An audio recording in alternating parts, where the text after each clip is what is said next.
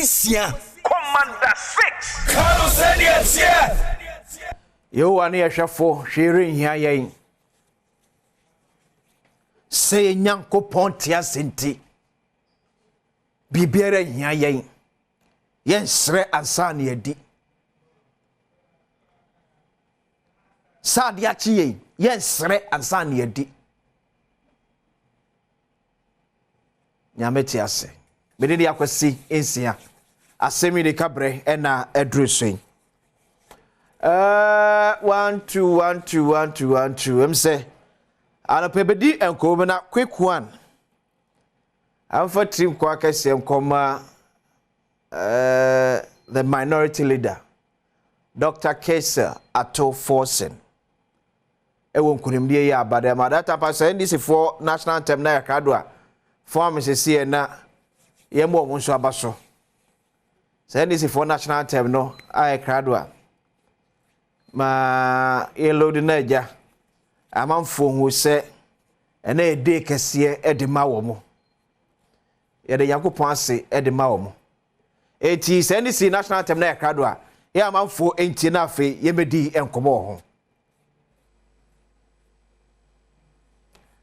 merese benya NDC for national anthem no e de ama wo se America ka se ne e yo mu de kese se omukọ court Omo minority leader a court. Now after some time, a peace court ababonte se ye nyano emano enfano hundi. Until say the attorney general na moto ya wotu sobe kwa kusiki for a review of Supreme Court no. Appeal of Supreme Court say bwana se no. Now this is the news say the ambulance case na eba no. Afi a jai case Ato Forsen doctor ewo asem ni mu asem papa kire se ye judiciary no ye adwuma da bia omo so ye adwuma on beto akoso so aye adwuma da bia etie papa se aba ne sei eye pa se aba ne sei tam ka se eye ni gie edima obia se wodi asema court na high court edi 1 2 wase wodi akwa appeals court na appeals court house asema na wo ka no na emu odu chance ne high court ehu no etu obu asem ne ade ama eye papa ba me jema ko no mako NC enforcement no boss so asema koso no Ebesre NDC any mumpenifo, especially the flag bearer. And now me kind of party for be entiasie. Me say anybody can malign our state institutions, not our former president. Because unfortunately for you, what nasa kunya kese ne so pay. We shouldn't see our state institutions only working when it's going in our favor. See a court near demand dia and your court here, Juma. Your corner boot here, dia. Hey! We are yang. A bassa kudrona ye share say, a man you makubit major on us with ya, Jumano, or bamboo. Also, across the NDC, be a boycott in Abaso. A peace court ayadie, a peace court ayadie, a peace court ayadie. But Uncle Banner son turning the other way around, and then can come on here different. Can come on here different. And the Kufada packet your court. A Kufada packet your court. Was sister judges sebe favor MPP, now could be your court. But the interesting part of it is say 3 judges from Motina 7 we are appointed by Nana Dan Kwakufado. The appeals court judges no Motina was appointed, were appointed by Nana Kwakufado. Nana Dan Kwakufado the power munyina ko honom. But me nyini sabra wo bua ateni no. What they ba say because say President Kwakufado dey me buy enti no. Chichi say me body tia Ato Forsen. wo hwe asem ne ho dance de da honom ona ribu asem no nenu nti ehia party fo and I think say NDC for krebi wo mu a modu se ma ba ye judges mo me enyo man sa mo ma ye enyo man sa menka se ne court no so be ye bia ye ba court ne ye na enya yan kan ya adwen kire mo ma ye mbu court na nimtia because enna ye kasen sa semba na efamra semwa ye ni ba bia de be ko bia che court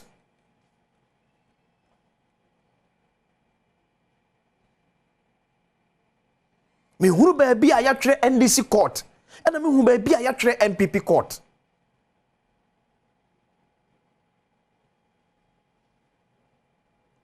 ye free akuma mun sumo man Ghana tise ankwa ma ye dia ewiase nko na wieye enya no kre sa sembia na kokko bia na abedi bem enya no kre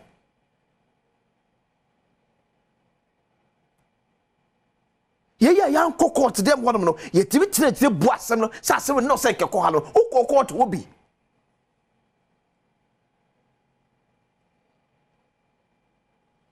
Sem ka se ne o se eniji aba mu bose eye eno the majority is akrabo mabaso e ma mo ene ko kese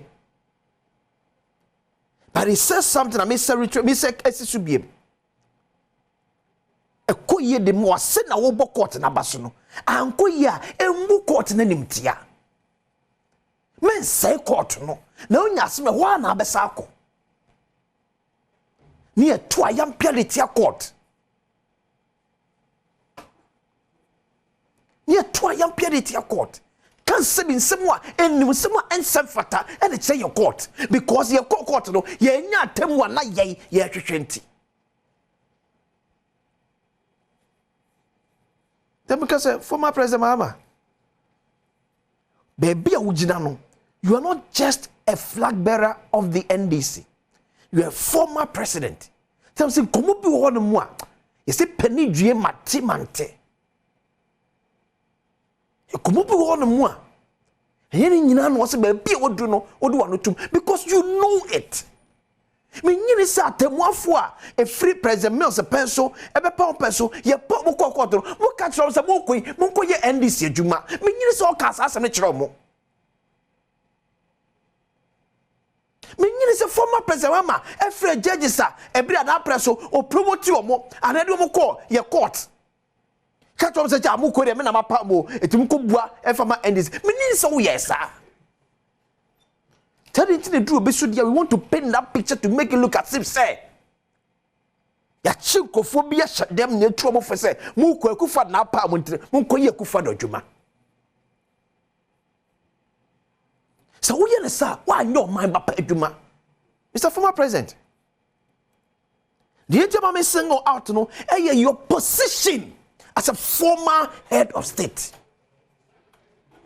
yes me too many times so but you mo be sure ni mo say because of the brain na wanya na watrasa akunya kese no so na woni twa Ghana fa na nyina tin enkomo bi ho no mo ankrofo bi dia e ka wo nka ho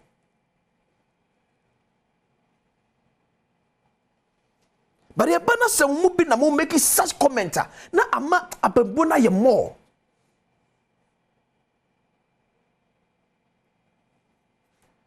no me share judge bi o se sometimes one hwe ya udi awonte be jadwuma na wo ye no kosi amanyo semunti na hwe esukonoma ya brekwa na wo kira de kwa na wo new class no wo primary na amanyo semunti o kira radio ni TV so eto ayampia edi watem because usu wo ye wadwuma na time somewhere you try for your court ho somewhere you can for your court ho edienko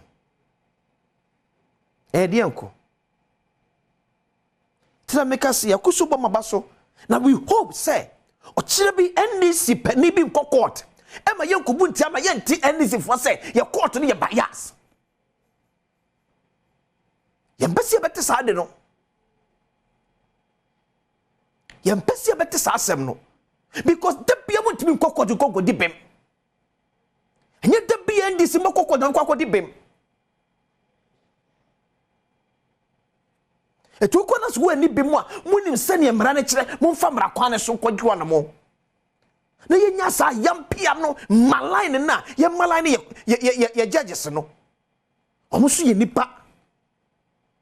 Omo so ye nipa. Odi adanse papa ko ya ko di ma wo.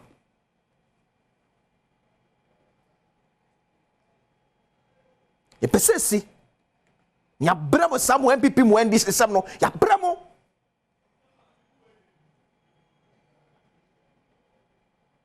Yema buoni ni die emra ye court no. Yema buoni ni die emra ye court no. This is our last resort and now ye can say under this democratic dispensation. Kebami kebia memo ye womi omani ye ni da so etwatwo. Ye kuna omana bo.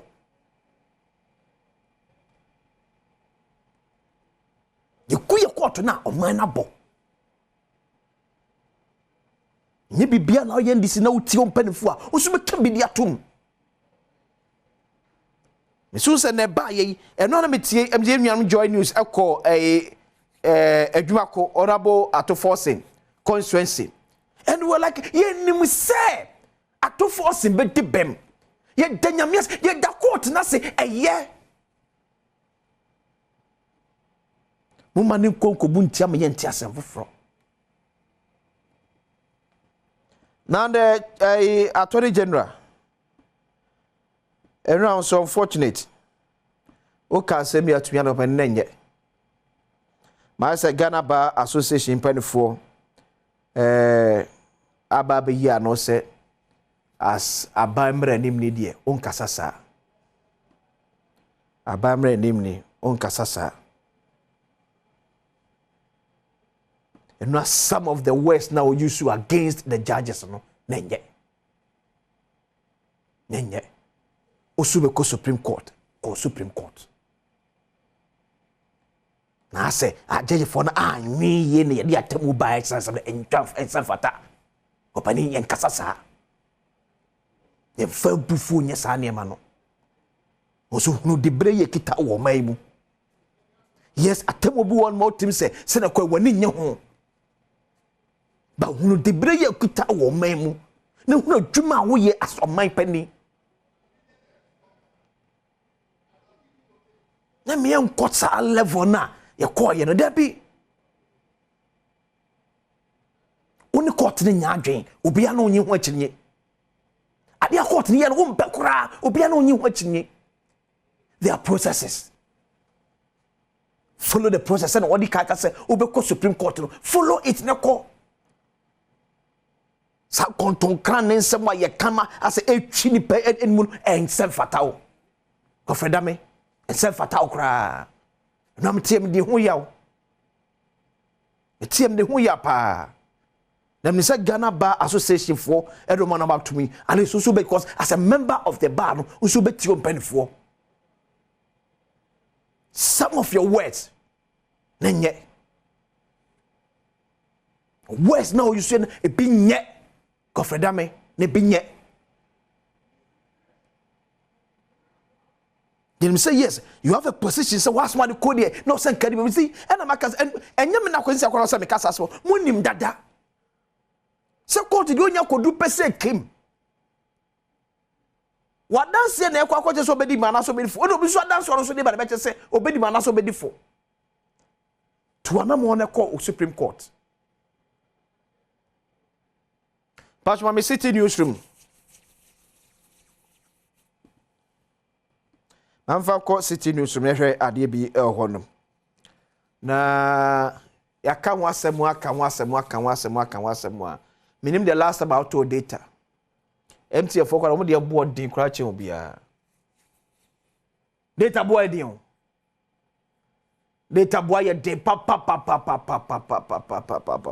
hey Say the sa ebo fa say mashup I say sa 30 series there no. Otwa 2-3 hours na ko. Dia ne ehwe. NC dia ne ehwe. Ye ti what class ya ma sa MTN AT telesefo any data bo ekuye se. Ah? Arabe na make can mo say NC for say the last quarter of 2024. Ye be ha ma data bo abafom. Mo twa ma o ma mne sika ni nyina ansa na ma ha ma na abafom. Data bo e de dodo. Ah? Nasa. What talk me say 30 series yen. Sa ma sharp no. 30 series yen. Oh. Show. Be any ere. Tell us MTN 80. I know den dodo. Ye the able customers. Ye the able customers. Ti muntie ye. Muntie ye. Me nim ne amode ye. E di enko. I know den dodo munya wo bibi ma ye. Edi ora ayi anoche but only Omar Sando come on now you say yamam the last quarter of 2024 and I'm be jeja so penny that time na wa wie sika nyina ano den and we are in a digital world says one called digitalization we yira we ase na mo push digitalization na mo say my data boy de ni na ye kwa na say buy ye preach digitalization na ne ma digitalization na awie payo no ne board ma ya ye be kwa na ase ye ba ye be da use etopedi anoche ye be last quarter na minute okay say July na be end August September na say everybody munya bi eh anodin be pie so be to data bia wo yi se ne bo no kwa se din na what bibi ni ye hu ana because e ko hwehwe mo eh deb say dem say yam say first net 50 pesos and net 3 cedis eh they say hwim what 30 by mashup na dem say e be 4 gig now opa using the next be about 30 minutes na ko check here o 4 gig no sa tia ba bi do be 300 megabyte anodin yen download it oh munya wadwuma na nsie mo hwema ene man toto ye kodwa so de maboa ye den data kakra so aka kom de yen na aja yenum ye so de yen paso ye be hwede asene ne afo madare so enso no boa ye den se mo boya sa abresu MTN mo customers che obia wo Ghana and this ye kakra MTN kwa mo come to subsidizing am kakra am customers cause mo customer base ne so ye to mani simu so but some ye the market leaders there or some set up example no na si ye nya de ba regulate o mo ye na ye hu ne na fa anu aye den dodo eh me okay ye be kwa kotam de aba be chem say the whole West Africa Ghana na data bo efo pa ye be catch ya no say ye na data bo ofo ye na second the second cheapest country data bo ofo ye na use ne board so dem koto to Nigeria me te Ghana say Adam me ton board say Nigeria for the board in cheme me say Ghana halum TNC efo nya bibi NC efo nya bibi NC efo nya bibi na we dey anodin emene edodo me say ka kom don na nyansuo nom na agya wo fa phone na u kom kakra agya wo hwe ya manfo video si bia wo sira won me wa no wa fa mu ada obeti yo na abo 5 na okopa ni odi bi wie na agya de akwa say na so untimi nko hwe na de akwa akoda we need to do something the way na me say uyi ni bo na aye de ne to nchen ya the way na moteno hey me as we bie no say piper ya bie no fufuro ho hwem neko ya be kan say ne tem din dia kwasinsia find this for national anthem ni jame kwan yankopon ya adumu a ochina no pa be sa to aso o man kwa bra santina pamfo de pensembesemu eto aso